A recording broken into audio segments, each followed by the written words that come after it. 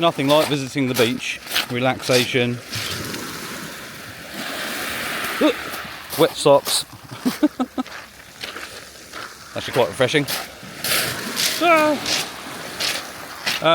Unfortunately it's misty today, as you can see, and I'm down here. I thought, let's go to the famous Delaware Pavilion, chuck the drone up because the tide was out this morning, which is now in, but I got here and it was literally just sea mist, so I've just put the drone up in the sea mist anyway. It'll get wet again, and thought, you know what, just fly it about anyway. The seagulls didn't like it, but they don't actually attack it, they just give it dive bombs, and the drone is actually automatically avoiding the seagulls, which is quite funny. When they come in, it just moves, so even if I was hovering, it was moving about, which is pretty cool. But it's a very pleasant morning even so. So where I live, it's actually bright blue sky and sunshine today, but down on the seafront, can't see anything, sadly. So yeah, it's just a case of make do. But when you've got less to photograph, it actually can make you think so outside the box a little bit, because we've now got groins, these wooden things here in front of us, that are a bit silhouette-y and look quite cool. So anyway, thought I'd have a little wander along the beach, and I think I'll go inside the Delaware as well, because you can get some quite cool photographs inside, looking down the stairwell, the famous stairs, and yeah, go from there really. Shooting with the RX10 Mark IV today, Pocket 3 which I'm filming on now, and the DJI Mini 4 Pro drone. So yeah, just thought I'd have a little wander around.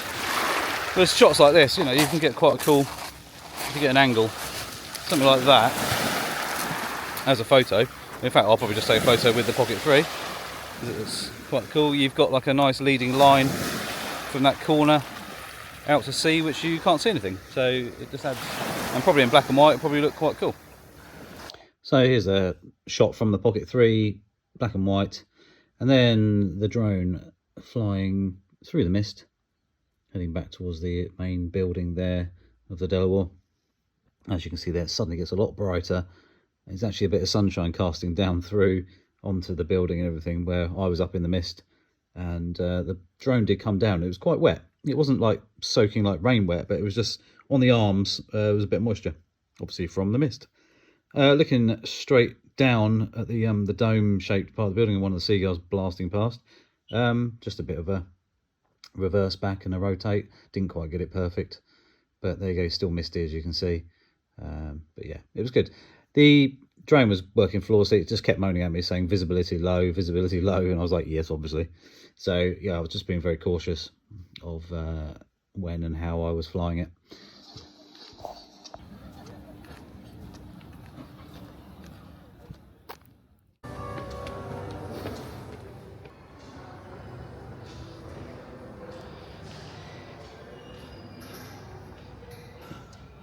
And out onto the roof, which we can see the seagulls cruising past.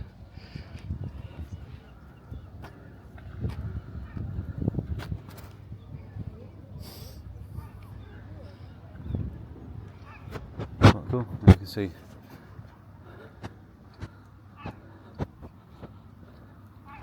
inland where it's blue sky.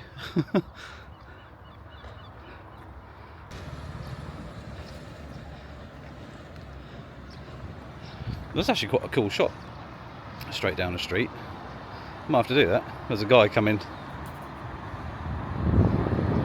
straight down the road in a mobility scooter. A seagull coming straight towards us. So I've got the RX10 with me today, so I thought I'd get that out in a second and we'll snap some shots. It's not as busy down here as I thought it would be. But anyway, let's grab the camera out and take a few stills Just looks quite cool straight down that little street. Shame about this pole, but we can probably remove that in Photoshop. And then you've got the famous shape of the pavilion there, which is glass, both sides, both ends, and that's the sort of entrances. Cough it up, mate. Did you hear that? The guy in the van had a bit of a cough. So anyway, let's get the camera out and snap. So I removed the lamppost on the right hand side there, convert to black and white, shot I think about 35mm, just zoomed in a bit just to get rid of the car park that was right below. Looks quite nicely. I think it odd, modern and sort of classic feel. The building here on the right and the grass, I sort of tweaked the colours a little bit, removed a lot of the green because it was just really vibrant. I just thought old building, kind of black and white, but not at the same time. The cyclists here, midday-ish, so the shadows were very short because the sun's quite high in the sky. Obviously, it would be better if I'd shot it early morning or in the evening, so the shadows would have been a lot longer. Seagull taking off as I walked past it, obviously trying to go and get someone's sandwiches, but just a random snap really. Just shows you sometimes it can be worthwhile, sometimes it might not work, but I just wanted to show people some good things, some bad things, some little mistakes, you know, that you do. Sometimes you take a shot that was completely by fluke and it works out to be one of the best shots you've ever taken. Seagull here, 600mm f4 as was, nice and sharp, works really well. Same shot as such, but I was stood further back. I then had moved in to get the other one, but as you can see here, very, very similar shot, just further away. It's a very, very good camera at the end of the day. That range is so useful. This shot here is the one I was talking about. A little mistake, not level, and basically I've tweaked it, as you can see there, rotated. But I quite like the actual white border, and it kind of looks a bit film-like when you used to process onto paper. And if it wasn't perfectly straight, you'd have wonky borders. Quite like it. This shot here, shooting into the windows, taking the light reading obviously out there, getting a reflection on the floor and on the wall. It's quite nice and grainy, high ISO. ISO 3200 I think I was at. And humanity, not hate, so more protesty stuff as art in the Delaware. The staircase part there of the sort of landing area and the windows and everything, I just reduced the colour down and just only really showed the reds. People are taking a selfie on the beach, so hence 24 to 600mm, really, really useful on that camera. Is just awesome, and it just really allows you to, you know, push the boundaries with sort of street photography and things like that as well if you wanted to. This shot here, shadows, I tweaked the shadows, so I upped the blacks, pulled the colours down but up the oranges and the reds a little bit just to really make those chairs stick out.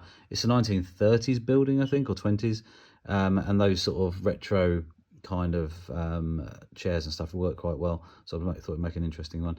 This shot here is the old classic shot looking down the staircase, which the old spirals, just works really nicely. Seen it thousands of times, but I just took it just to show you guys. The dome out on the seafront, as you can see here, the sea mist had cleared, so the sun was out, it was looking lovely. Just a shame they need to paint those domes again. They just really need a nice lick of white paint again just to make them look nice and clean and looking good again. The shot from the Mini 4 Pro, once the mist had moved down the coast, as you can see there a little bit,